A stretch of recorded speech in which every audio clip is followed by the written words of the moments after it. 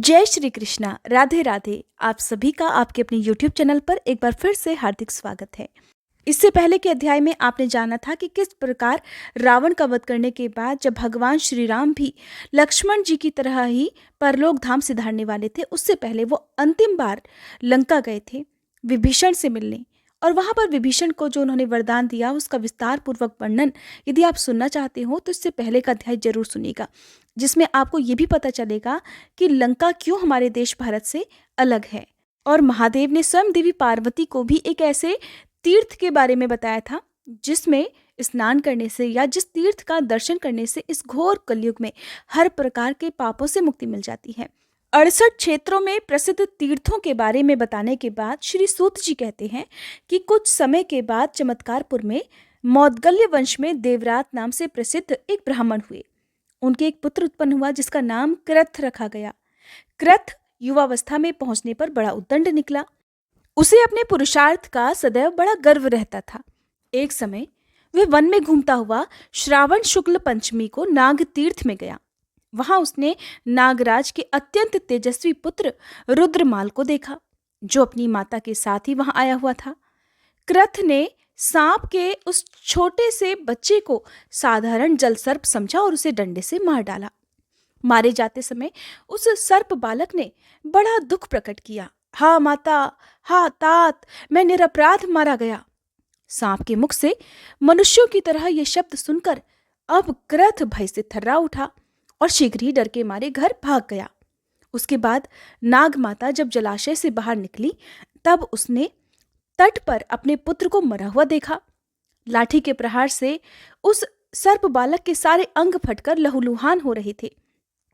अपने पुत्र की ऐसी दशा देखकर शोक के कारण उसकी माता भी मूर्छित हो गई।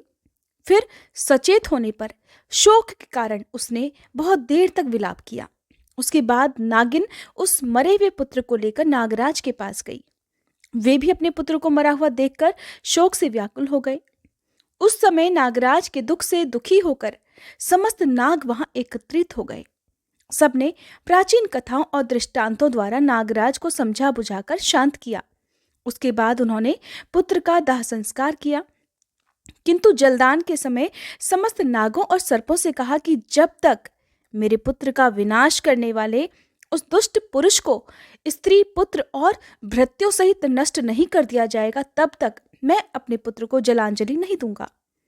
ऐसा कहकर नागराज ने उस पापात्मा द्विज की खोज कराई जिसने डंडे से उनके पुत्र का वध किया था। उसके बाद उन्होंने पार्श्ववर्ती नागों से कहा कि मेरे हितैषियों, तुम हाटकेश्वर क्षेत्र में जाओ और मेरे पुत्र का नाश करने वाले कृथ को स्त्री, पुत्र और कुटुंब सहित शीघ्र नष्ट करके समस्त चमत्कारपुर को खा जाओ। नागराज की ये आज्ञा पाकर सर्पों ने पहले तो सोते समय देवरात के पुत्र को डसा, फिर उसके समस्त परिवार को काट खाया। उसके बाद अन्यान्य बाल, वृद्ध और कुमारों को भी उन्होंने डस लिया। अब चमत्कारपुर में सांपों के काटने से ब्राह्मणों के घर घर दारुण हाहाकार मच गया। कितने ही मनुष्य घर द्वार छोड़कर दूर जंगलों में भाग गए। इस प्रकार चमत्कारपुर को सर्पों ने मनुष्यों से सूना कर दिया। तब नागराज शेष ने अपने पुत्र के मारे जाने का दुख छोड़कर अपने पुत्र को जलदान दिया। सांपों का ऐसा उत्पात होने पर उनसे डरे हुए बहुत से ब्राह्मण जो सब दिशाओं में भाग गए थे, परस्पर मिलकर उस वन में गए जहां त्रिजात नामक ब्राह्मण तपस्या करता था। वह भगवान शंकर से वरदान पाकर भी बड़ी भारी तपस्या में ही लीन था। उसने अपनी जन्मभूमि के लोगों को रोते हुए देखकर स्वयं भी दुख का अनुभव किया और उन्हें आश्वासन देते हुए कहने लगे कि हे ब्राह्मणों, आज मैं भगवान शिव से ऐसी प्रार्थना करूंगा जिससे उन दुष्ट चित्त वाले नागों का संहार हो जाए। ऐसा कहकर त्रिजात ने परमेश्वर शिव से प्रार्थना की कि हे देव, इस समय मुझे वरदान दीजिए। तब शिवजी ने प्रकट होकर कहा कि वत्स, शीघ्र वरदान मांगो। तब त्रिजात ने कहा, हे भगवान, नागों ने हमारे समस्त नगर को निर्जन कर दिया है, अतः मेरी इच्छा है कि उन सब सर्पों का विनाश हो जाए। भगवान शिव बोले, हे ब्राह्मण, मैं तुम्हें एक सिद्ध मंत्र बताऊंगा जिसके उच्चारण मात्र से सर्पों का विष नष्ट हो जाता है। महाभाग, तुम इन संपूर्ण ब्राह्मणों के साथ वहां जाकर उच्च स्वर से सब और इस मंत्र को सुनाओ। इस मंत्र को सुनकर जो नीच नाग पाताल लोक में नहीं चले जाएंगे वे विषरहित हो जाएंगे। विप्रवर, गर कहते हैं विष को, जहां गर नहीं है वह नगर है। तुम मेरे प्रसाद से वहां नगर नगर का उच्चारण करो, यही वो मंत्र है। इस शब्द को सुनकर जो भी अधम नाग वहां ठहरेंगे वे सुखपूर्वक मारने योग्य हो जाएंगे। आज से वह स्थान इस पृथ्वी पर नगर के नाम से विख्यात होगा और तुम्हारी कीर्ति का विस्तार करेगा। दूसरा कोई भी शुद्ध वंश में उत्पन्न हुआ जो नागर ब्राह्मण नगर नामक मंत्र से 3 बार जल को अभिमंत्रित करके काल सर्प से डसे हुए और मृत्यु के वश में पड़े हुए मनुष्य के मुख में स्वयं डाल देगा, वह उसे जीवित कर देगा। अन्यत्र रहने वाला भी जो कोई मनुष्य सोते समय इस 3 अक्षर वाले मंत्र का सदा स्मरण करेगा, वह सांप के विष से मुक्त रहेगा। अजीर्ण और ज्वर संबंधी रोग भी इस मंत्र के प्रभाव से तुरंत ही नष्ट हो जाएंगे। ऐसा कहकर भगवान शिव अंतर्ध्यान हो गए। उसके बाद त्रिजात भी मरने से बचे हुए ब्राह्मणों के साथ चमत्कारपुर में गया। वहां सबने मिलकर नगरम नगरम का उच्चारण करते हुए उस क्षेत्र में प्रवेश किया जो घोर और क्रूर सांपों से व्याप्त हो रहा था, जो चारों ओर से विषैले सांपों से भर रहा था। भगवान शिव से प्राप्त हुए उस सिद्ध मंत्र को सुनकर सभी सांप विष और तेज से रहित होकर भाग गए। कुछ तो बिमौट में छिप गए और कुछ पाताल में भाग गए। बचे खुचे सांपों को वहां के ब्राह्मणों ने डंडों से मार डाला। इस प्रकार सभी सांपों को उजाड़कर पीड़ा रहित हुए ब्राह्मणों ने त्रिजात को आगे रखकर स्थानीय सभी आवश्यक कृत्यों को पूर्ण किया। हे ब्रह्मर्षियों, इस प्रकार देवाधिदेव भगवान शिव की दया से कालांतर में वह नगर फिर से बसा और नगर नाम से प्रसिद्ध हुआ।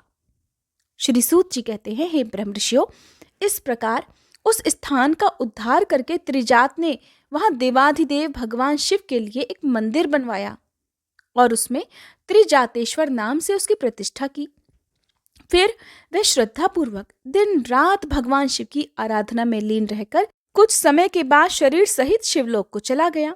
उपमन्यु, क्रौंच, कैशोर्य तथा त्रैवण, इन 4 गोत्रों के ब्राह्मण उस नगर में फिर लौट कर नहीं गए। उन्हीं के साथ शुक आदि गोत्र भी सर्प भय से भाग गया था, वो भी वहां नहीं आया। शेष गोत्रों के ब्राह्मण जो वहां रह गए थे, अब उनका परिचय देता हूं। कौशिक गोत्र के 26, कश्यप गोत्र के 87, लक्ष्मण गोत्र के 21, भरद्वाज गोत्र के 3, कुंडन गोत्र के 14, रैतिक गोत्र वाले 20, पराशर गोत्र के 8, गर्ग गोत्र के 22, हारीत गोत्र के 23, औरव भार्गव गोत्र के 25, गौतम गोत्र के 26, दालभ्य गोत्र के 20, मांडव्य गोत्र के 23, बहव्रज गोत्र वाले भी 23, सांकत्य गोत्र के 10, आंगिरस गोत्र के 5, अत्रि तथा शुक्लात्रय कुल के ब्राह्मण 10-10, वत्स गोत्र के 5, कुत्स गोत्र के 16, शांडिल्य भार्गव के 5, मुदगल गोत्र के 20 तथा बौधायन और कौशल गोत्र के 30-30 ब्राह्मण वहां आकर बसे हुए थे।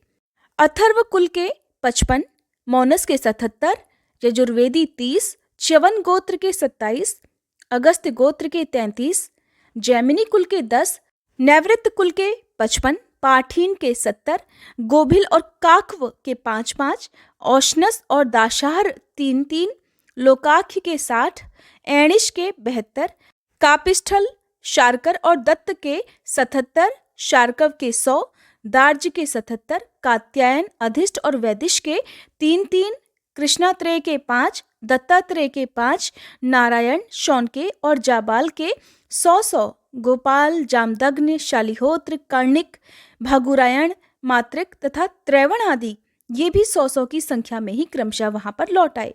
इन्हीं ब्राह्मणों के 48 संस्कार होते हैं जो पूर्व काल में श्री ब्रह्मा जी के द्वारा बताए गए हैं।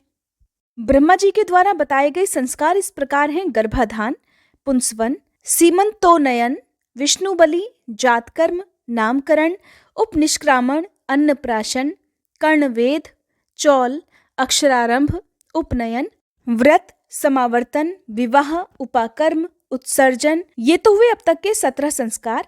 18 से लेकर 24 तक 7 प्रकार के पाक यज्ञ होते हैं, जिनमें से पहला हुत, प्रहुत, आहुत, शूलगव, बलिहरण, प्रत्यवरोहण और 7वां अष्टका होम।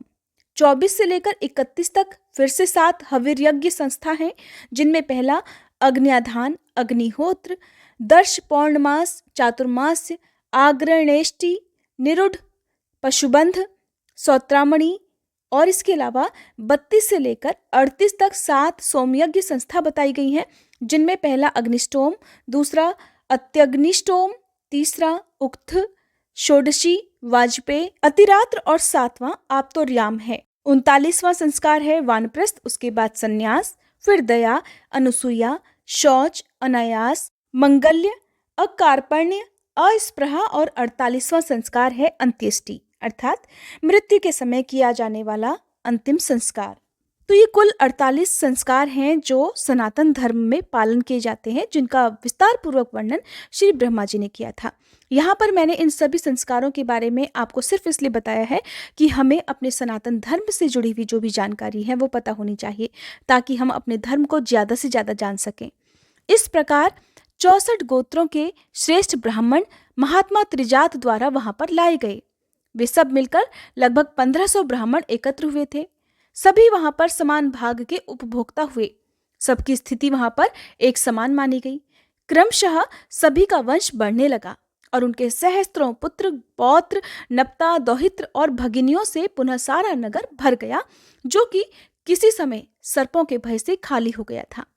जो मनुष्य सदा भक्ति भाव से इस चरित्र का पाठ करता है, इस पृथ्वी पर उसकी संतान का कभी नाश नहीं होता।